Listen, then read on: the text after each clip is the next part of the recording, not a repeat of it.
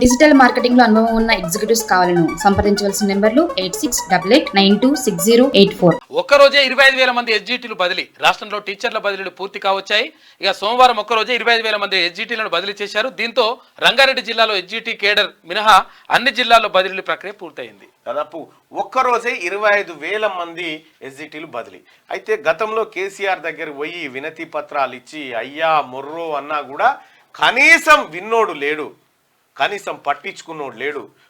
పీఈటీలను పండిట్లను upgrade నేను ఎన్నికల సమయంలో పట్టభద్రుల ఎమ్మెల్యే ఎన్నికల సమయంలో చెప్పిన సోదరులారా, పీఈటీలను పండిట్లను అప్గ్రేడ్ చేయబోతుంది ఈ ప్రభుత్వం. ఈ ప్రభుత్వం ఖచ్చితంగా చేసి చూపిస్తుంది అనేటువంటి హామీ రాష్ట్ర ప్రభుత్వం తరఫున గౌరవ ముఖ్యమంత్రి గారి తరఫున నేను ప్రజలకు చెప్పడం జరిగింది. అన్నట్టుగానే బదిలీల ప్రక్రియ అయిపోయింది. పీఈటీలు పండిట్లు అందరూ అప్గ్రేడేషన్ అయ్యారు. ఇంకొక విషయం ఏంటంటే ఇవాళ జాబ్ క్యాలెండర్ విషయంలో కూడా రాష్ట్ర ప్రభుత్వం స్పష్టతనిచ్చింది. జాబ్ క్యాలెండర్ను కూడా 2 వారాల లోపల విడుదల చేయబోతుంది రాష్ట్ర ప్రభుత్వం. అయితే చాలామంది కొంతమంది డిఎస్సి పోస్ట్ పోన్ వ్యవహారం గురించి మాట్లాడండి మళ్ళీ అంటారు.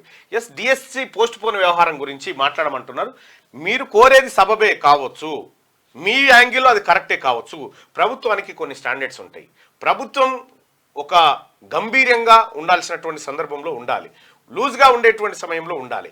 ఇక్కడ ఈ ప్రభుత్వం ప్రజల ఆకాంక్షల మేరకే పనిచేస్తుంది.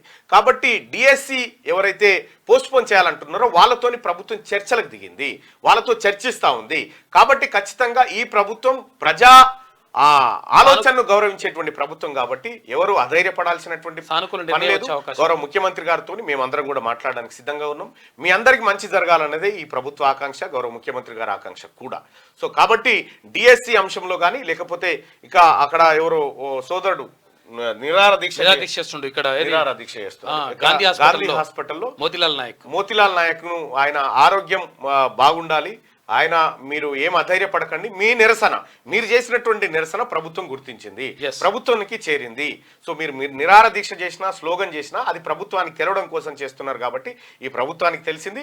ఈ దిశగా బాధ్యత గల ఎమ్మెల్సీగా నేను కూడా గౌరవ ముఖ్యమంత్రి గారితో ఈ అంశంతో మాట్లాడబోతా ఉన్నాం. అలాగే డిఎస్సి పోస్ట్ పోన్ చేయాలంటూ మీరేదైతే చేస్తారో మీ దాంట్లో జెన్యూనిటీ ఉంది, కానీ రాజకీయ పక్షాలను దాంట్లోకి ఎంటర్ చేయకండి. వాళ్ళు ఆకలితో ఉన్నారు, వాళ్ళు నిరుద్యోగులై ఉండి ఇలా మీతోని కలిసి మీ గుంపులో కలిసి మీ మంచి ఉద్యమాన్ని మీ గొప్ప ఉద్యమాన్ని మీ గొప్ప ఆలోచనను వాళ్ళు దానికి రాజకీయ రంగును పూల్చేటువంటి ప్రయత్నం చేస్తూ ఉన్నారు.